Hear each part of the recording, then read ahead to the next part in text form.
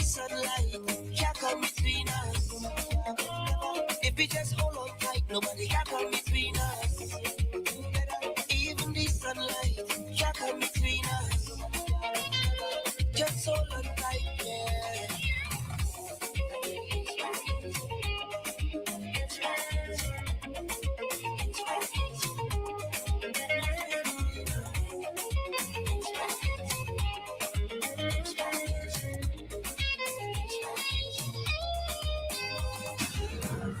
WEFM, the new fresh sound.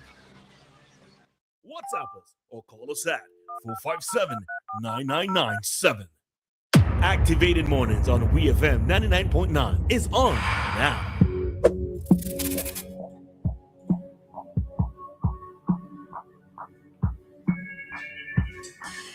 All righty, so time right now for it is 8:46, and as usual, it's a Monday morning, so that means we are joined by our third co-host, Dr. Gerald Thompson. At this time, he will provide his commentary to us today. Doc, officially, good morning to you. Good morning. And there was a couple of mention of it during the previous session. Matter of fact, it's been a topic that has come up over the last few years in relation to the impact of social media. And recent warnings by entities like the Surgeon General in the United States suggest that social media, in particular Instagram and TikTok, are actually causing depression. And various studies show a correlation, not causation, but it's worth looking at this in terms of the studies. And you may say, well, we always knew this, but when there's a thought of something, there has to be studies that really look at proof. And in 2024, and more recently, reconfirmed in studies done at the end of 2025, going into 2026, the Surgeon General has issued new advisories on the effects of social media use as it has on youth mental health. And they say, while social media may offer some indispensable benefits, there's growing evidence that ample indicator that social media can also pose a risk and harm to the mental health and well-being of children and adolescents. And social media use by young people is now nearly universal, with up to 95% of young people ages 13 to 17 reported using a social media platform, one or the other. But more than 1/3 say they use social media almost constantly. And adolescence and childhood represents a critical age of brain development. When we've looked at cannabis in particular, we realize the brain continues to grow between those ages of 11 and doesn't complete its growth until something like 18, 19 years old. And so this is a critical age. But the Surgeon General is issuing a call for urgent attention, and policymakers, technology companies, researchers, families, and even young people themselves to gain a better understanding of the full impact of social media use. And that this is something that we have to look at. Now, why I've brought this up is that it seems as if there is growing evidence that social media use is associated with harm of young people's mental health, especially young females. And it seems that exposure to harmful content on social media, ranging from violent, sexual content, bullying, and harassment, and for too many children, social media is compromising their sleep, their social interaction with family, and that the social media is seeming to be an important driver of a crisis we are seeing among young people. Now, all the evidence is clearly not in, but it's important to observe the trends in the studies and to watch it very carefully. Now, no one is saying that there should be some ban in relation to that, but let's say in terms of different children are affected by social media in different ways. And this relates to culture, historical aspects, and also the socio-economic factors. And there are many. But among the benefits, adolescents report that social media helps them feel more accepted. Imagine that. Rather than less accepted, more accepted. That's 58%. But like they have people who can support them. They see social media as a means of having people who can support them through tough times. 67% of them feel that way. That's good. And then situations they have in place to show their creative side. They see social media as having those means, 71%. And they are connected to what is going on with their friends, 80%. So these are the benefits, and these are real. However, social media use can be excessive and problematic for some children. And we say not all, because some are deriving benefits. But recent research shows that adolescents who spend more than 3 hours per day on social media, and sadly, the average seems to be 3.5 hours per day. And what it seems to be showing is that social media, on average, who spend more than 3.5 hours, may also perpetuate body dissatisfaction. In other words, their body image become diminished because of the pictures they see in terms of what is right.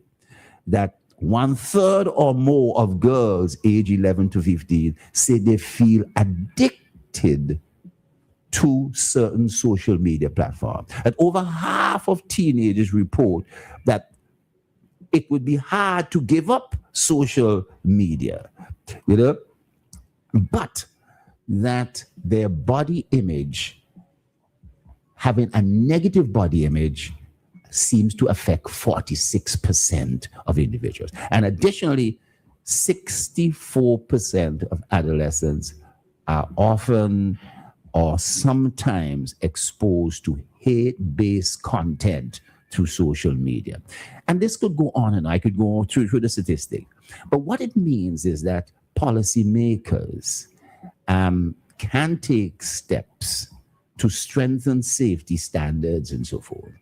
This seems to be something else. So what could be done here in St. Vincent? Well, we can understand the role of policymakers, but what it seems is that in terms of children themselves, adolescents themselves, can adopt healthy practices like limiting time on platforms, blocking unwanted content, being careful about sharing personal information which may come back and haunt them or will be recorded in terms of and forever be there on some internet platform, and reaching out if they or a friend need help or see harassment or abuse on the platforms.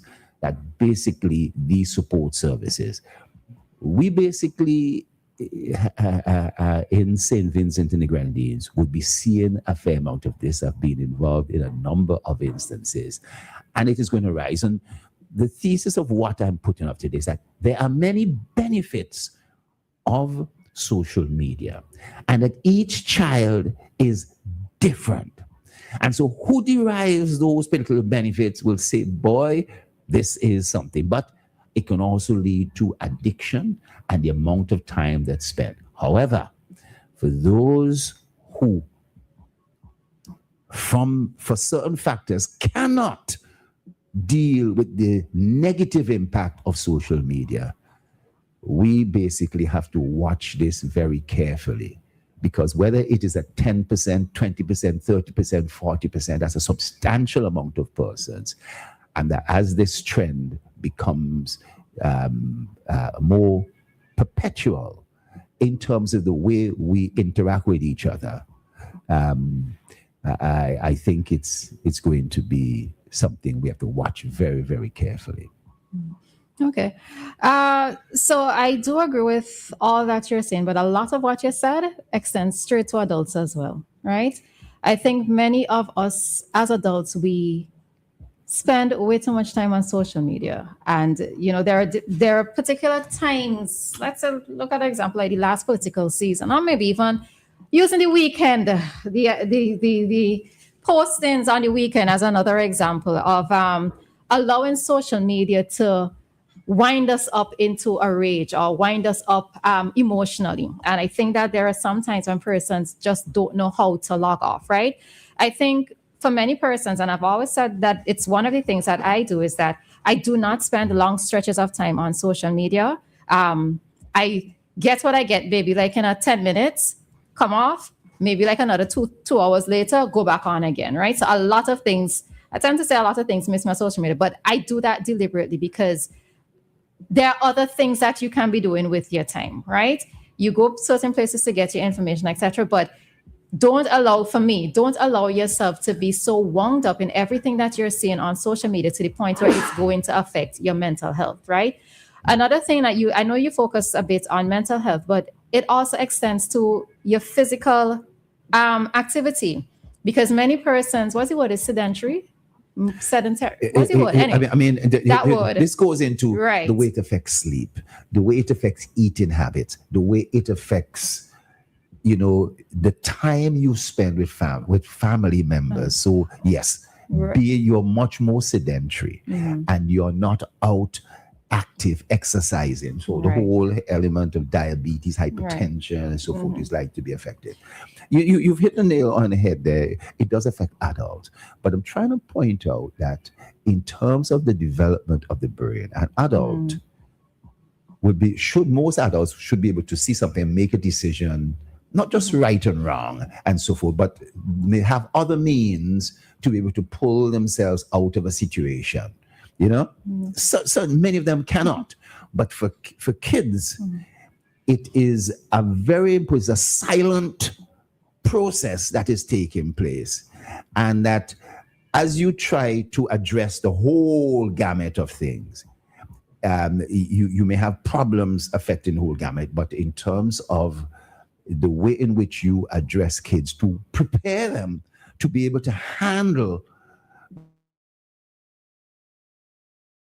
we need to be able to do that. I think the starting point is from the time, you know, I don't know if you've ever heard a person say that children come out of the womb knowing technology. They already come knowing the technology, right? Because a child, you could put a phone or a device in front of a child and they would be able to find, let's say, their own shows on YouTube, right? They would find the shows. They don't know how to read as yet. They don't know how to read and write, but they could find their own stuff, right? So I think one of the challenges that parents also need to address, one of the things that parents also need to address is when they're that young, maybe there are other things you can expose them to that are not just limited to the devices. Because once they're exposed to those devices at a very early age, and even in the context of social media as well, I know that there are many times when adults would say they need to give their consent, let's say, to be on social media. Let's say if I do a posting and MAKA is there in the background, that I should ask MAKA's consent before I put it on my social media page.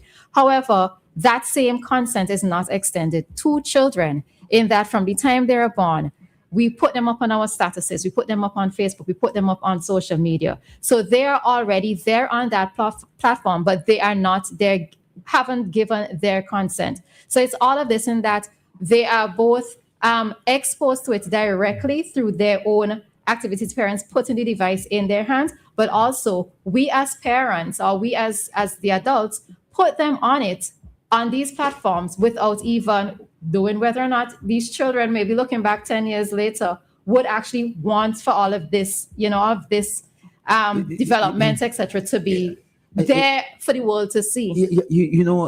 I think you're right, but as I listed, and I went into detail to list the benefit, a certain high percentage say this improves my body image.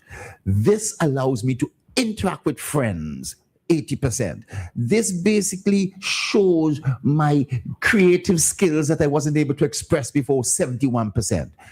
So that the benefits is hard to pull those back. So denying a child those benefits is one thing, and denying adults the one thing. It is the training to be able to cope with the potential downside of things. In other words, if I were to give you, Roleza, a drink, a little cocktail, right? And you drink that rum punch, and it's one glass. Does that one glass make you drunk? Does that force you to have 5, 6 other glasses? How do you really interact with alcohol? How do you interact with various things that come up? You know what I mean? What was the impact in terms of your behavior to those things too? And so I'm not necessarily saying an absolute limit and shutting off of access to social media. It is, we need some greater thing. And I don't know if this is done in schools, right? I don't know if this is done in primary school, where at that young age where every kid has a phone and kids will have access to sexual content and kids will have ability to bullying and so forth. But I think that there needs to be some dedicated programs to start to orient kids, first of all, not to do those other things, but also if it's done to you, how do you cope with it? And I think it's going to help in that way. The responsible uses of social media. Responsible use. Right. Doc, you mentioned social media make you depressed. Let's expand that a little bit. It's mainly due to what is said about you, about your culture, about various things. If you are in the United States and there is social media about ICE, and ICE should throw them out, and I should pick them up and send them back and all that kind of stuff. Or if it is social media about people from Chateaubriand, and I'm from Chateaubriand, like the social media specifically about Gerald Thompson. Gerald Thompson's a dog. He's a rascal. he's the worst thing out. They should do this to him and half drawn and quarter him. That could make me angry and fire back, but it could also make me feel. If somebody says you're so fat, or you're so thin, or you're short, or you're ugly, and you're the ugliest thing, your mother's ugly, your father ugly, you could start getting into some detail. There's some aspect of bullying and so what it does, it causes depression. And these depressions, one of the outcomes of depression can be suicide, it could be self-harm, could be doing things, could be you doing things to correct it, maybe plastic surgery, this, that, or cut it. It's fascinating what happened. But depression, and then from depression it leads to other things.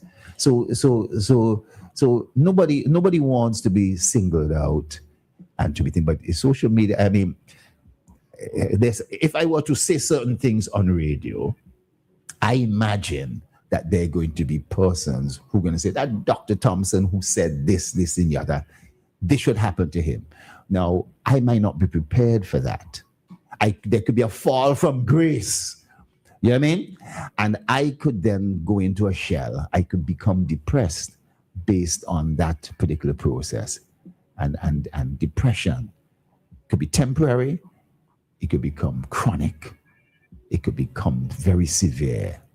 And there's some people who are at greater risk for that than others. It's not everybody. MAKA, you ain't doing it. Roleza, you can say it to Roleza. Roleza go fire back and so forth. But for me, when somebody criticizes me, I go into a little bit of a shell, and I might get depressed and feel down and feel as if, that's the end of the world. You know what situation I don't like to see? Sometimes some of these event pics where, let's say, somebody was just there, right? Maybe they didn't necessarily pose for the picture, or maybe they did pose for the picture, right? And then all you're seeing is a string of comments under the pictures, about maybe somebody's physique or what they wore and that sort of thing. Sometimes people just go to some of these events. And I'm just talking generally here, right? People might post up a picture, they may have felt really good about themselves in that point in time or whatever. But when you see the comments and everybody having an opinion, I think one of the things that people need to know is you have to know how to block things out, right? Yeah. You take the opinions of those who matter the most, or those who you come across as being meaningful in what it is that they're saying, constructive criticism. But once you're there on social media, whether you're in a public person or in terms of a public capacity or just any other way, you have to know how to absorb only what you need to. It's tough. It's like going to the Oscars and going on a red carpet. And I know these are foreign things. And the comments that pundits would say, "Oh, what a lovely dress." And they would say the worst dress and the worst dressed person. I often get some of the worst dressed person kind of thing and so forth. I take that on the chin, but other people cannot handle that because what they put on, they thought was okay.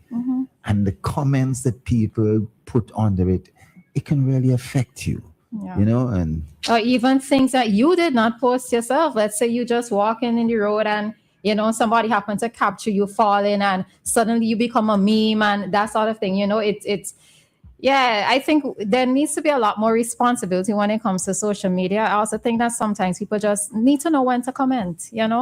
I always remember, let me tell you, I always remember there was a video once, I think it was taken in Trinidad, right?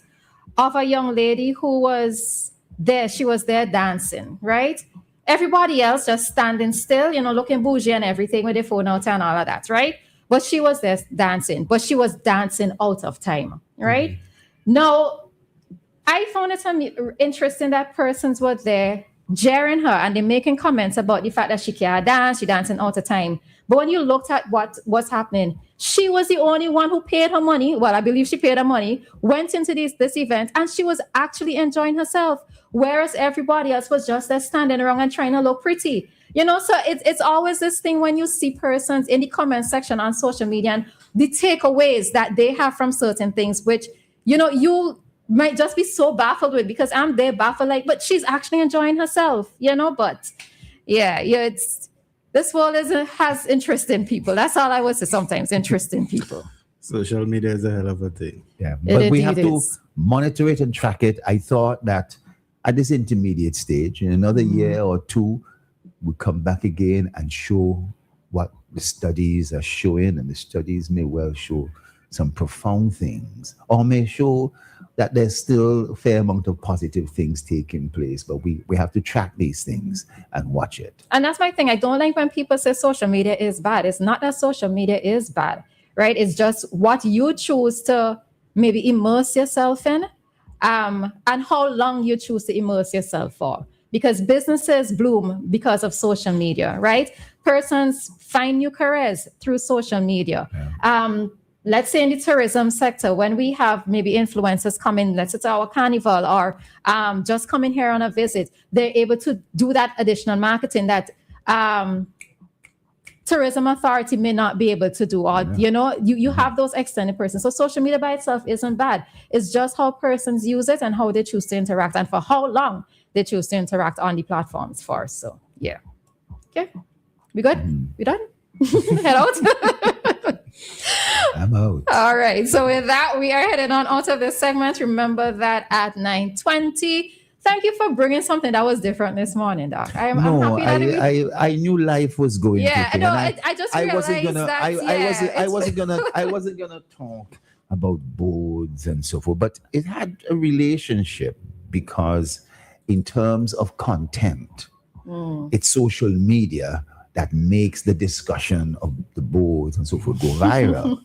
And whether there's a negative aspect of that and a positive aspect of that, I'm trying to really show the balance that for some people, there are positive aspects, and for some people, they're negative.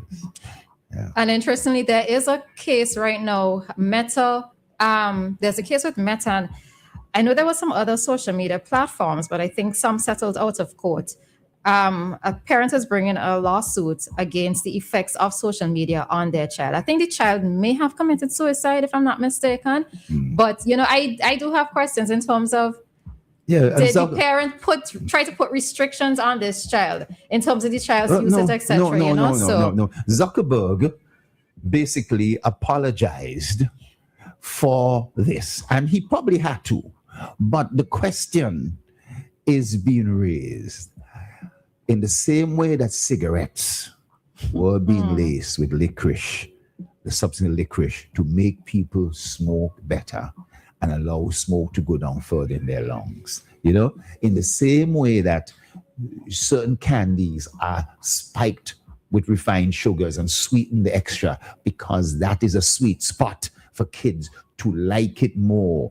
But that's more exposure to sugar and other things. And this goes on and on and on. The type of colors and things that you put, artificial colors that are affecting people, cancer,